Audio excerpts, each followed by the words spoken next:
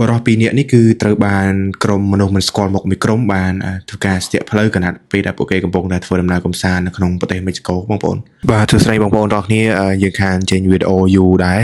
បរិបទទៅជាងមួយសប្តាហ៍បងប្អូនដោយសារយើងរវល់ការងារពេកបាទអីអញ្ចឹងថ្ងៃនេះយើងមានវីដេអូថ្មីទៀតហើយបាទពួកគាត់ទាំងពីរនេះគឺមានឈ្មោះថា Aaron Pay និងម្នាក់ទៀតឈ្មោះ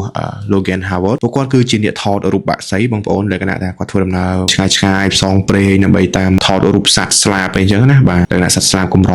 អីជាដើមនៅតាមតំបន់ព្រៃត្រូពិកបាទពួកគាត់ទាំងពីរនេះគឺជាជនជាតិអាមេរិកបងប្អូនពួកគាត់បានធ្វើដំណើរចេញពីរដ្ឋ Indiana នៃសហរដ្ឋអាមេរិកឆ្ពោះទៅកាន់រដ្ឋ Cancun នៃប្រទេសមិចកូបងប្អូនគណៈពេលដែលពួកគាត់កំពុងតែជិះឡានបែបឈៀលនៅតាមដងផ្លូវនៅក្នុងព្រៃក្នុងប្រទេសមិចកូហ្នឹងភ្លាមៗនោះក៏មានឡានមួយគ្រឿងបានមកស្ទាក់មុខពួកគាត់មកកាក់មុខតែម្ដងដោយបងប្អូនឃើញក្នុងវីដេអូនេះអញ្ចឹងហើយក៏មានមនុស្សជាច្រើនអ្នកខ្ទង់6 7នាក់ដូចក្នុងវីដេអូហ្នឹងបានដកអាវុធមកប្រជុំពួកគេដូចបងប្អូនបានឃើញក្នុងវីដេអូហ្នឹងអញ្ចឹងពួកគេដំបងពីរនាក់ហ្នឹងគឺភ័យខ្លាំងមែនទេមនុស្សមួយក្រុមហ្នឹងក៏បានមកសួរពួកគេថាពួកគេជាអ្នកណាអញ្ចឹងណាជនជាតិអីមកក្នុងគោលបំណងអីអញ្ចឹងទៅពួកគេថាពួកគេជាអ្នកថតរូបសត្វស្លាបហើយជាជនជាតិអាមេរិកអញ្ចឹងណាបាទពួកគេគាត់តែជាអ្នកដំណើរកម្សាន្តថតរូបសត្វស្លាបទេសចរអញ្ចឹងទេហើយបន្ទាប់ពីបានចម្លើយអីហើយពួកគេក៏សួរបរិបទទាំងពីរទៀតឈ្មោះអីអញ្ចឹងទៅហើយក៏ប្រាប់ឲ្យពួកគេហ្នឹងត្រឡប់ទៅក្រោយវិញកុំទៅផ្លូវខាងមុខនោះដាច់ខាតព្រោះវាអាចនឹងមានគ្រោះថ្នាក់ដល់ជីវិតបងប្អូនបាទបរិបទទាំងពីរនាក់នោះបន្ទាប់ពីបាននិយាយចរចាហើយក៏ពួកគាត់ត្រូវបានគេដោះលែងឲ្យត្រឡប់មកវិញដោយ